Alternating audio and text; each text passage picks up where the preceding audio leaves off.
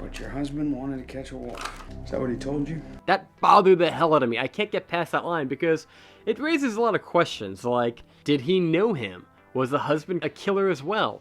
Why didn't he report him to the police? Why were there X's all over the trees? These are questions that I had. Why were some of the bodies old and some of them newer? You know, why couldn't the police help them out? Lots of questions. I'm going to break it down best that I can.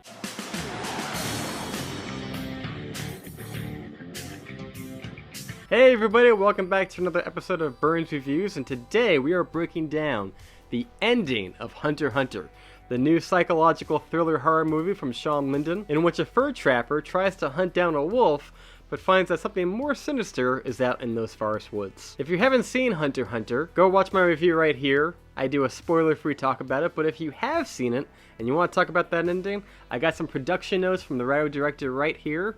It came with the early release of the screener that I got. Be sure to check that out, and if not, let's talk about Hunter x Hunter. I really enjoyed this movie. The whole time I had no idea where this was going. It's a bit of a slow burn, but honestly, it's one of my favorite movies of the year. So let's talk about that ending. I have some notes from the writer director that came with the press kit when I got the early screener, and I'm going to read them right now because I think it actually puts some light about what this movie's about.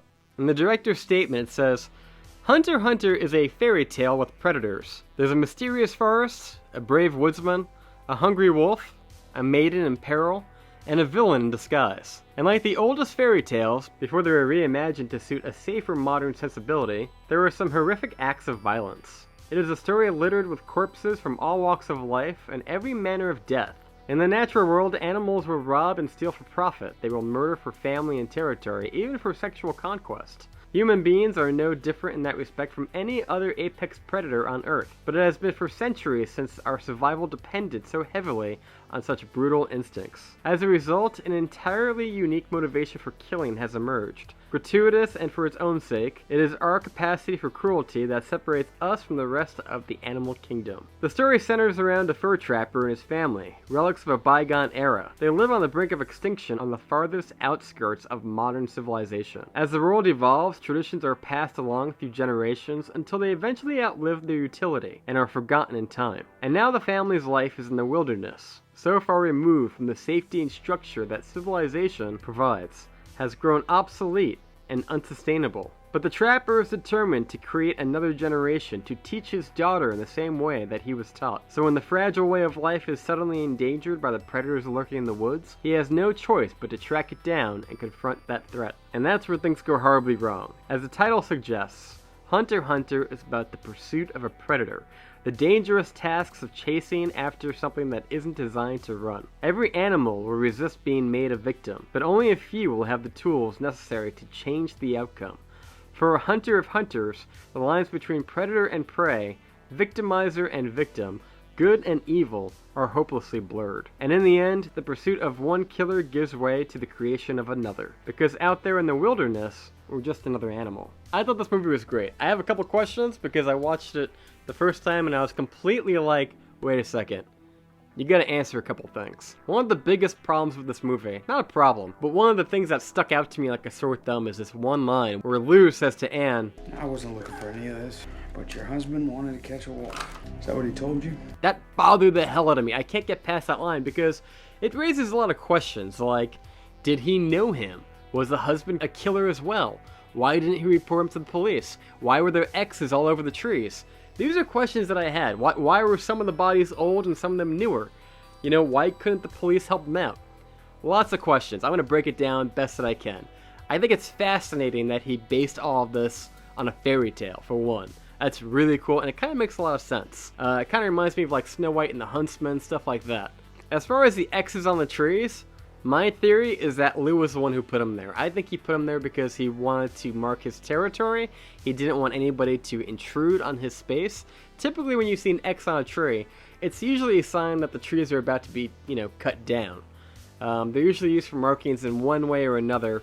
I think that he put them there for, either A, so that he could find his way back, and B, to basically deter anybody who might be coming that way. As far as what actually happened, we have to kind of fill in the blanks, but this is just my take on it. Basically, Joseph did not want to report this because he was living on property that he didn't own. His daughter was not in school, so he couldn't report that. And like he said earlier in the film, when you invite people into your problems, they invite you into theirs. He also tells his wife that this is the way. This is the way. This is the way. This is the way. Yes, like the Mandalorian. This is the way. We can't change the way we do things. Nothing's going to change our way of life, not even you. So, he's kind of an asshole, and not... I hate to say it, but he's not the greatest hunter. There's a scene where he's hunting the wolf. He has the wolf in his sights. He doesn't pull the trigger. Why? Why did he choke? And then if he's choking in that scene, did he choke when Lou got the drop on him? In my opinion, the way I like to think about it, one of two things happened. Either A, Joseph fell asleep, came in, hit him with a big rock. Or B, maybe he choked again and Lou got the drop on him. Either way, Lou was able to out-hunt him. Which is kind of weird, considering this guy is a bona fide hunter, as he claims to be. And to answer the question as far as him knowing him, I don't think so at all. I think it was coincidental. He just saw that there was bodies and there was a killer, and he was so stubborn and so arrogant that he was going to go kill the killer himself, take care of business himself, because that's the way that he sees it. Now, as far as Lou, as far as his plan, if you look at it, this is basically what happened. He had a kill site. Now, this is like his Dexter Morgan kill site. You know, he brings bodies there either to dump them or to kill them. I was looking in the background to see if there was like a cabin. There wasn't. There was also a fully decomposed corpse, which tells me that he's been doing this for a while. Much like Buffalo Bill or Dexter Morgan, this is his place. And then once his car broke down, he had to figure it out. So, A, his car broke down. B, he was being hunted, and he knew that he had to get out of there. He knew he had to get his cake car out of that location. So what happened? Joseph found him. He got the jump on Joseph. Maybe the wolf even helped him, because that wolf was still out there. It wouldn't have shocked me if the wolf attacked Joseph. Lou found him, killed him, boom, dead. I don't think the wolf would have attacked Lou just because he kept feeding him body parts. When he got back to the house, there's a couple more questions that I had. For one, why is he burning a sheet out in the camp yard? You know, it's like he clearly killed the daughter. If I had to guess, he probably raped and killed the daughter. And the reason he burnt the sheet is because it probably had DNA on it, and he was going to do the same with Anne. It's kind of dark to think about, but yeah, that's probably what he was doing. And yeah, I did have more questions like, why didn't Anne just, you know, get the pickup truck? You know, it's really funny. They have one scene where, like, you know, she's like, I have to stay with the daughter. I can't leave the daughter alone. You know, if we go out and we drop like these poisonous razor blades and these trappings, you have to come with me. The next scene, when she's killing the rabbit, she's completely alone. She left her daughter with a complete stranger, right? There's no reason why the two of them couldn't have walked to the road, gotten the pickup truck, taken Leo to the hospital, or, you know, even better yet, just leave. But they don't. Which raises another question. Where was their pickup truck? Why is it that they couldn't just go straight outside to their driveway and leave?